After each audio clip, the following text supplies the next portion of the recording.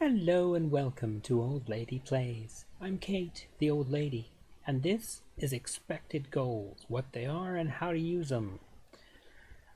Or what is it and how to use it. It doesn't really matter. Let's just get into the video.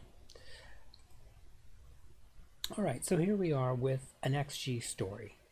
Just newly added to the game, and I thought I would explain it because I've seen a lot of people trying to interpret this and not maybe quite getting exactly what's going on. So let me explain from the beginning, and we'll try and then move into what the story means, and then finish with some tips on what other things can be done with XG. Okay, so first, XG stands for expected goals. Okay, we get that from a probability concept that if you have a number of events that are not statistically dependent on each other, that is to say, if the shots are independent, because the shots are independent from one another, we can measure their probabilities independently and add them up to find something useful.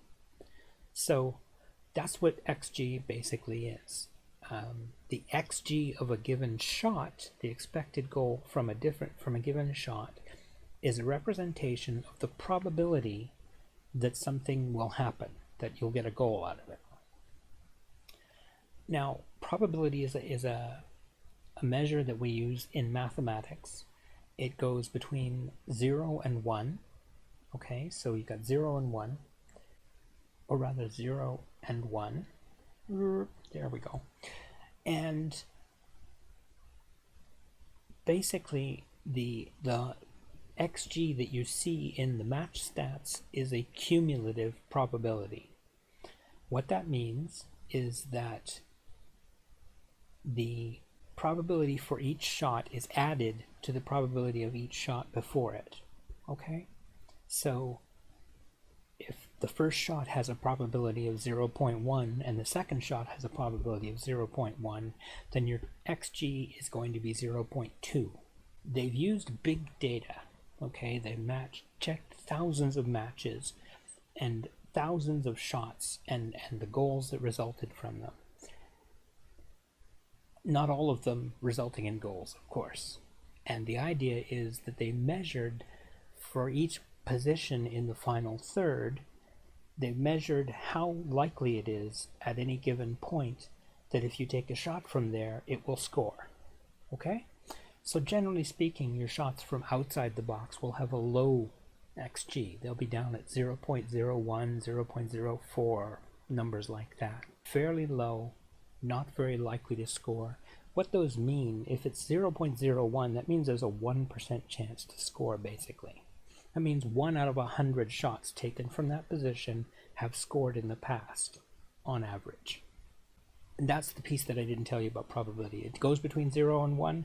0 means something has no chance of happening. 1 means it will happen. Okay? That's what it does in probability. It doesn't quite mean that here, but that's the idea in probability. When you get here, the actual score in this game was 2-1 for Tottenham. But the XG totals were nearly 3 for Tottenham and about 0.65 for Derby. That means that Derby should be expected to have a 65% chance of scoring a goal, which they did, which means they actually exceeded their XG. All right, they did better than the XG would indicate. Okay, so because the XG said there was only a 65% chance of getting a goal, and they did get that goal, so that's terrific for them. Tottenham, on the other hand, got an XG of 2.96, but only bagged 2 goals, which means that Tottenham kind of underperformed, meaning that we should have gotten 2 goals, and there's a 96% chance we should have gotten a 3rd goal. That's underperforming. We should have really, at 96%, we really should have nailed that 3rd goal. So that's a little disappointing. So that's one way you can compare the numbers, is by looking at how they compare to the actual goals scored. All right? The other thing you can do is you can compare them to each other in a raw format like this. 2.96 is obviously quite a bit higher than 0.65, so you'd expect a team with the much higher XG to win the game. If they're fairly close, 0.6 to 0.4 say, you don't really necessarily get that predictive ability of saying this team is likely to win, this team is likely to lose, because neither side has really done enough to be certain they should get a goal out of their play. That's the gist of it. That's the basic idea. Now, what SI have done in implementing this is they've given us what they're calling an XG match story. And in the XG match story, there are three kinds of situation that I want to draw your attention to. One of them, first off, let's put it this way. One of the axes on this graph is XG. Okay, so it's going to show the total of the cumulative probability. All right, so how far up a thing is tells you how likely it is at that point in the cumulative probability, because we're adding them all together here. All right. The bottom axis is time. So this is telling you what point in the match any of these events occurred. Okay. Now, when you see there are like I said, three different types of events here you can have. One of them is a vertical line. Any vertical line on this chart means a shot. Okay? So you can see just up here in the corner that Derby had 6 shots. So if we look at their match story, we see 1 shot here, 2, 3, 4, 5, and 6. Okay, each vertical line represents a shot. Not a problem to figure out. Okay, good. The longer that vertical line, the more accurate and dangerous that shot was. So this one right here is just a tiny little line, so it barely registered. That means it was a fairly poor shot and really didn't have a lot of chance of going in. This one up here, where Spurs actually scored it, is much more likely. All right, it gained, let's see, roughly, say 2.15 up to 2.6 or so, so it would be a shot worth about 0.45 or something like that, which is a pretty high percentage shot. It's a 45% chance of scoring from that one shot, which is pretty good. So what you want to see in your XG match story for your side is lots of long vertical lines, which means that you're taking high percentage shots. That's important to know. So the more long lines you've got, that gives you high percentage shots. That's what you want to see. The short lines are low percentage shots, which you don't really want to see quite as much. Okay. This is a special feature of this that I wanted to show you, and not a special feature, but a particular instance of how this looks. This little jog in the line here, in this vertical line, we have a short line followed immediately by a long line. What this is a shot followed by a rebound, almost exclusively. That's what these two situations are, because it follows immediately on. As you can see from the time, it barely passes any time. So this shot happens, and then immediately this shot happens. Obviously, the one shot with the bigger probability is the rebound, because it comes after the shot before that. Pretty straightforward. Okay, so you got the idea of a vertical line, right? A horizontal line, like this one and this one right here, this is a nice big one for us to look at. A horizontal line means that you didn't take any shots for that whole period. So from, what is this? Move that, get that out of the way. I don't want that. There we go. Okay. From about the 5-minute mark here, maybe the 7-minute mark, until into the second half, they didn't get a shot. There was no shots between that period. And so a horizontal line is a bad thing to see on your graph. You do not want to see a horizontal line in your playing graph.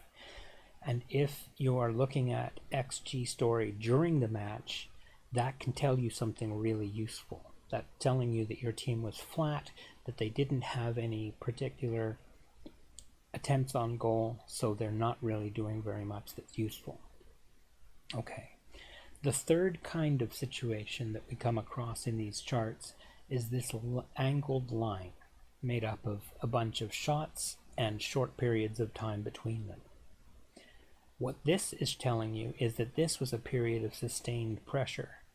All right, any line at this angle, or any angle really like this, that runs for a period of time, is going to show you a period when you were making a lot of shots. All right, in this period here, from the 32-minute mark till about, what is this, about 65 or so, Tottenham had 1, 2, 3, 4, 5, 6, 7, 8, 9, 10, 11 shots in that 30-minute period.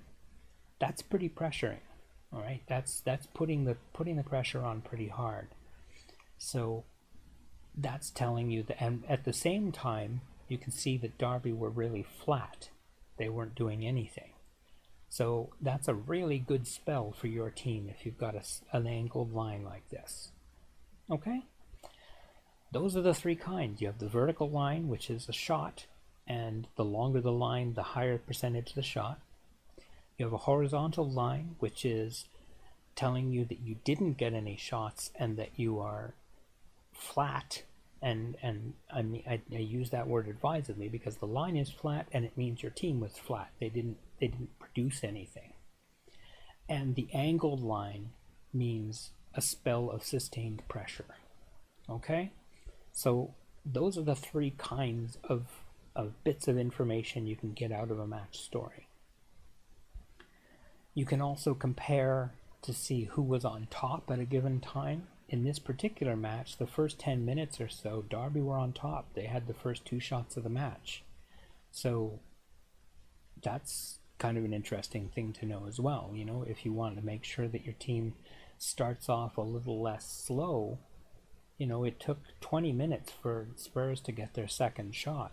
That's not very good. So that's something to look at and say, you know, how can we get our team to jump out of the box a little faster? That's useful information. So there's a lot of useful bits and pieces that you can pick out of an XG story. And I think it's a really useful feature to have added to the game. The only other thing I wanted to mention is that there are other versions of expected statistics, and they work relatively similarly. There is XA, which is expected assists. And what that tells you is the probability of a given pass resulting in a shot that results in a goal. It's telling you the likelihood that somebody will get an assist from a given pass. It's not as precise, it's not as well used, but it's an interesting measure anyway, and it can tell you some useful things.